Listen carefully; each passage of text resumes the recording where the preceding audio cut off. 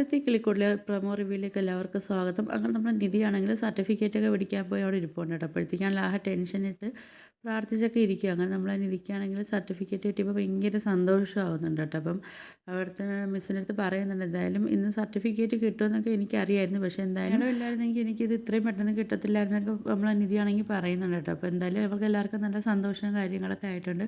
പിന്നെ കാണിക്കുന്നത് നമ്മൾ ഹരീഷിൻ്റെ ഷോപ്പിൻ്റെ ഫ്രണ്ടിൽ കൂടെ നമ്മൾ നീത് പോകുന്നുണ്ട് കേട്ടോ. അപ്പോഴത്തേക്കും നമ്മൾ ഹരീഷിനാണെങ്കിൽ മൈൻഡ് ചെയ്യാതൊക്കെ പോവുക കേട്ടോ. അപ്പോൾ ഹരീഷിൻ്റെ കൂടെ ജോലി ചെയ്യുന്ന പയ്യൻ പറയുന്നുണ്ട്, എന്തായാലും 1.5 വർഷം കുട്ടിയാണെങ്കിൽ ഹരീഷേട്ടൻ്റെ പുറകെ നടന്നിട്ടും ഹരീഷേട്ടൻ ആ കുട്ടിയെ മൈൻഡൊന്നും ചെയ്തിട്ടില്ലായിരുന്നു. എന്തായാലും ഇനിയിപ്പം ഹരീഷേട്ടൻ ആ കുട്ടിയുടെ പുറകെ നടക്കുമെന്ന് പറയുന്നുണ്ട് കേട്ടോ. അപ്പോൾ എന്തായാലും ആ കുട്ടിയെ ഇനി ലവ് മാറ്റുമെന്നൊക്കെ നമുക്ക് നോക്കാമെന്നൊക്കെ പറയുന്നുണ്ട്.